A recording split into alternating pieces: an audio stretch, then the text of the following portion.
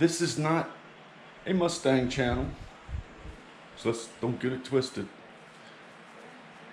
I'm just trying to get some things done and keep myself occupied. Looks like we'll be going back to work soon, so we got a couple cool projects coming up, and we'll get back to doing the home improvement videos, and hopefully some of this stuff you'll be able to do yourself. So we're not making a Mustang channel, we're just killing time. This started out what was supposed to be a relatively simple project. It's turned into a bit of a nightmare. What I intended on doing, because this is a K-code, it has a choke, manual choke, and I intended on bringing the capillary tube from the thermostat, the mechanical thermostat, and through the choke hole, and then sliding the choke back through, because we had to get these pieces through the firewall and I didn't want to drill no new holes. Well, that's all good. But then, as you know from if you're a small block Ford guy, this is your temperature sensor. All right. So this is an original Cobra intake. It's been on the car since around 67 or 68. Anyway, there's a brass bushing in there. It wasn't coming out. So I ended up having to remove the intake so I can drill this out. I have to retap it so this can go in. That's a 5/8 18. Anyway, so this can go in, and then the thermostat probe will go down through there and hang behind the thermostat. So that's what we're up against. I don't have a tap, so I had to order one. So I think I'm gonna take this intake outside with some dishwashing liquid and a Scotch-Brite and clean it up real good since it's off the car, and get it ready to reinstall. And I'm gonna tap it out. I had to order a tap, should be here about 2 o'clock this afternoon. So we'll see how that goes. The intake scrubbed clean, and my next project is to clean the old gasket off of here. So I got that old sheet laying there, tucked in. Be very careful, get all the old gas material off, and then I will vacuum it. Very carefully pull the sheet out, shake it, and do the other side.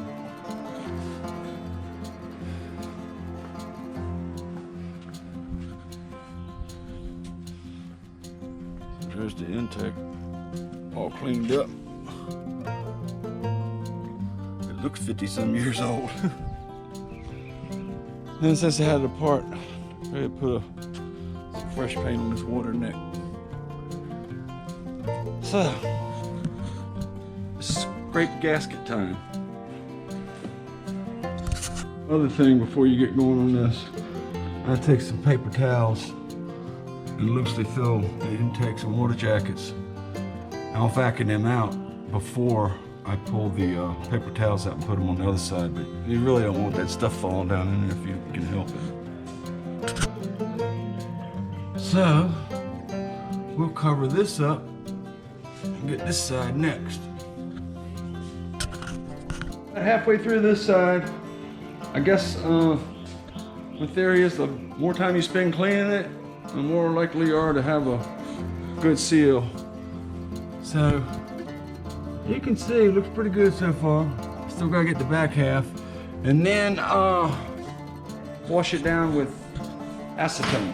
Get rid of any grease and oil and that kind of thing.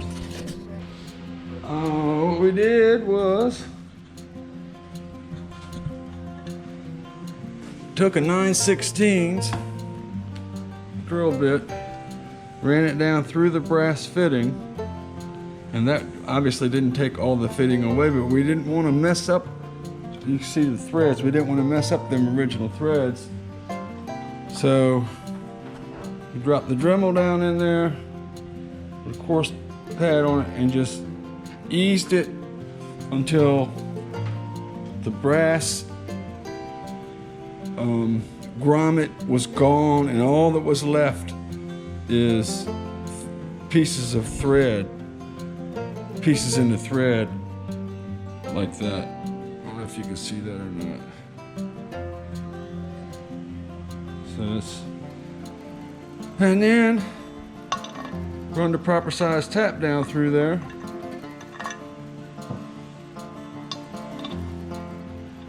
Now we have the proper fitting for our thermostat.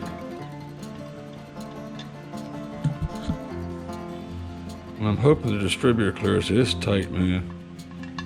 But there you go. And this is tapered threads on this, so as it goes down into that hole, it tightens up. And of course, we'll put some Teflon tape on that. But that's good.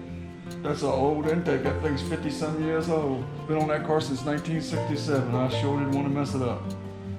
So, oh yeah, and at the same time, while I got this out, I take the time to chase all these, even on the carburetor. All right, so when you put this back together, you can get good positive torque readings. And if you're gonna have a screw strip out or break, it's going to happen on the bench and not while it's in the car. Back on this car this morning, but first we're going to have music practice with this little one. What are we going to practice? Ukulele. Ukulele. What song? Old MacDonald. So we'll do that and then we'll get back to put this car back together. All right, we're going to play catch up here. The intake is back in place, and the only thing I can tell you about that is the cork gaskets in the front and in the back. Take the time to spray adhesive on the engine block and the gasket. Mark the tops so you don't spray the wrong side. Give them a chance to set up and let them stick in place so they don't move. That's really going to save you a lot of headaches. But this is not a video about installing an intake manifold and gaskets. It's about gauges. Also, one more thing is some old studs. Been doing this since we were kids. I keep them around and screw them into the cylinder head. So when it's time to set the intake manifold down, you have these to guide you. It goes straight down and you're not sliding it around trying to get the bowl holes to line up. So we got the temperature sending unit here. I'm gonna wire tie these, zip tie them to these hoses. We got everything through the firewall through the same hole that was put there by Mr. Ford for the factory choke cable. We just pulled the choke cable out first, ran this temperature probe and the nut through the hole, then the choke cable, then the copper line for the oil pressure sending unit. And this is a Stewart Warner gauge, and it's a 48-inch capillary tube. So if you go to wondering, do I need a 60, do I need a 72, 48 inches gives you plenty of room. And let's see what else we got going here. We got this thing to the side of the block. Pretty basic, kind of looking up like hooking up a ice maker on a refrigerator. So that's where we are at this point, and we will continue to move forward. I'll be back with you as soon as I have something to show you. All right, let's see what we got going on inside here. Now keep in mind again, this was a 48-inch capillary tube on this gauge, and you can see how much we have left. So I've got the dash taped up with some painter's tape, and I'm gonna pull this up, position it where I want it, mark it with a Sharpie, and drill the holes out. And don't forget to run your gauge through the bezel before you run your plumbing, or you'll never get the gauge in the bezel. Here's what's left out of the autometer install kit for the oil pressure, mechanical oil pressure. So I'm gonna curl that up and then run it into the back of the gauge. That way, if I have to make a correction sometime down the line, at least there's some spare tube in there. So I'm gonna work that off, get a drill, run a couple pilots. So I got a screw in this side, snug down, and some tape on this side where I can position this so it looks straight and square from the driver's seat, because I'm afraid if you get that thing crooked, it will drive you nuts. So that's a good way. Just get some painter's tape, hold it. You can adjust it till you get it where you want it, then drill the other hole. All right, there we go, all hooked up on the inside. I like it. And you can, let me see if I can get under the dash. You can see just a small coil of the copper tube in case we need to redo that for whatever reason. And the 48-inch capillary tube is about as perfect, almost like it was custom made to fit this little Mustang. So now to get everything back together on the engine side,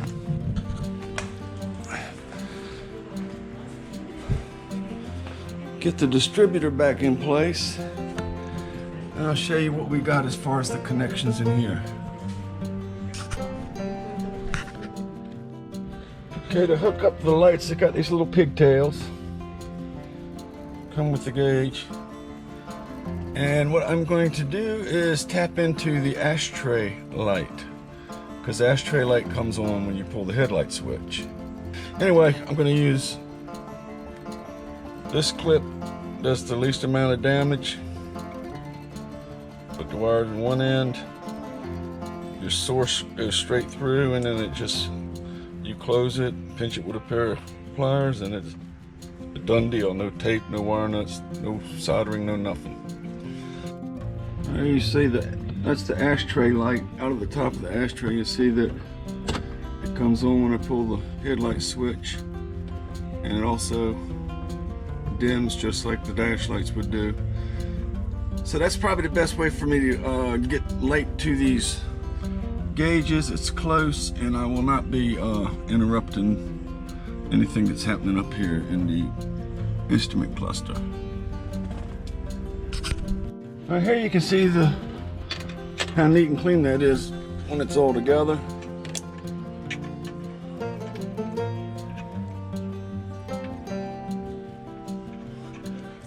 Probably the easiest way to splice into a wire.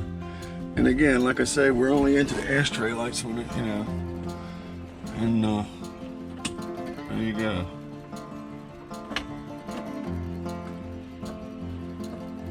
So that's gonna work perfectly. Okay, that does it for the installation inside. There you go, you can see them there without the glare. From the steering wheel.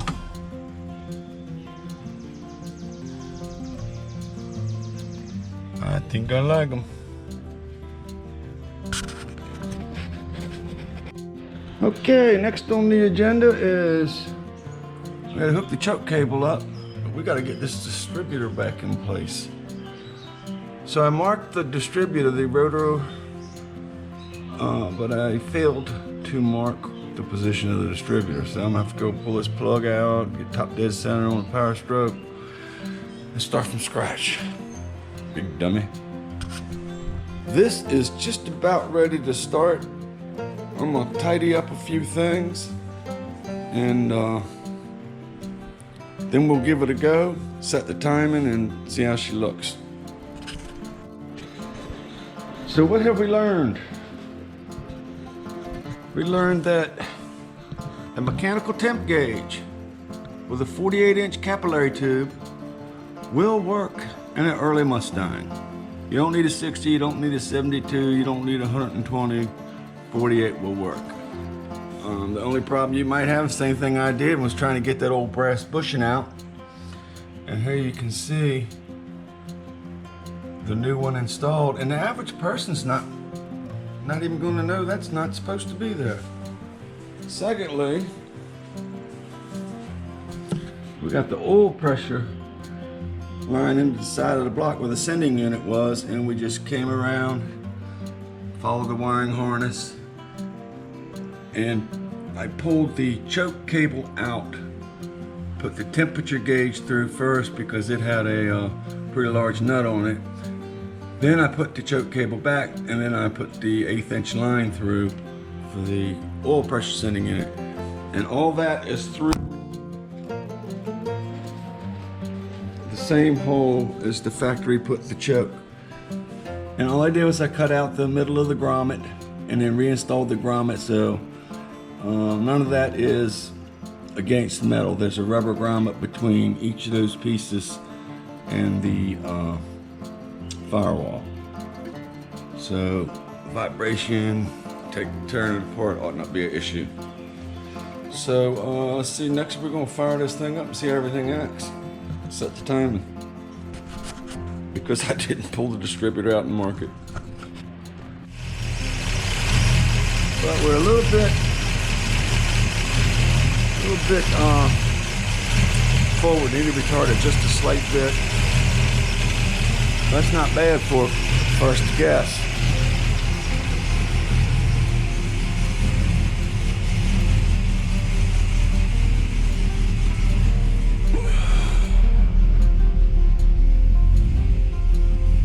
There's the gauges.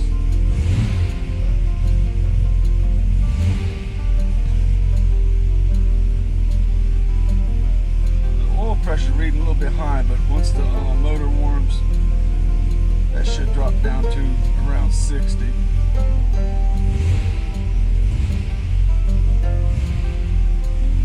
Also adjusted the gas gauge while I was in here.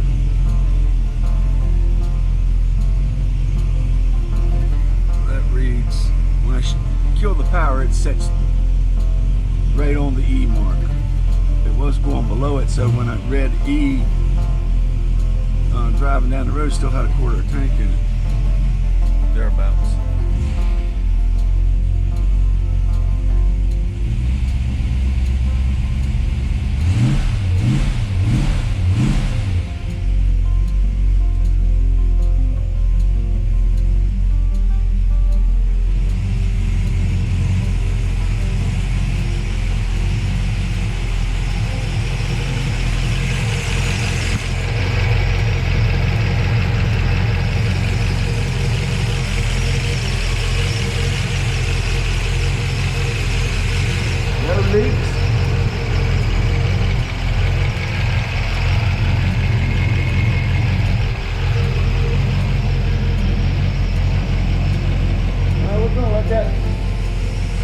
Warm up, and then we'll set that timing on a warm engine. Alright, timing's spot on.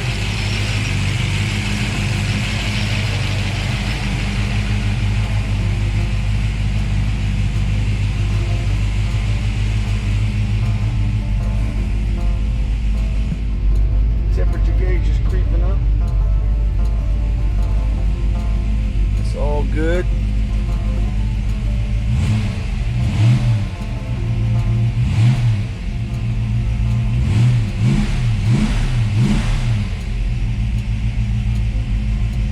Sounding good.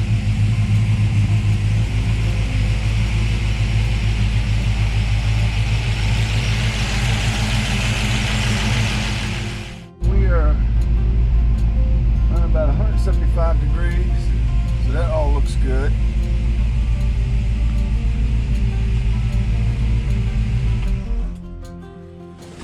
Let's see.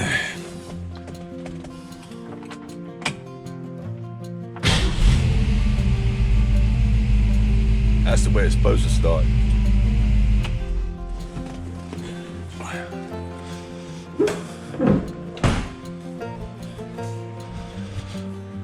Well, that about does it for this video. I reckon. I hope I covered everything it takes to put this in. If you want to see what this looks like from the, if you're coming from this side, you can see a little bit of the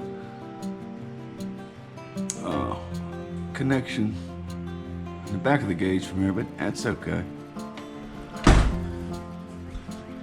Anyway, if you're getting ready to put some gauges in, I hope this helps.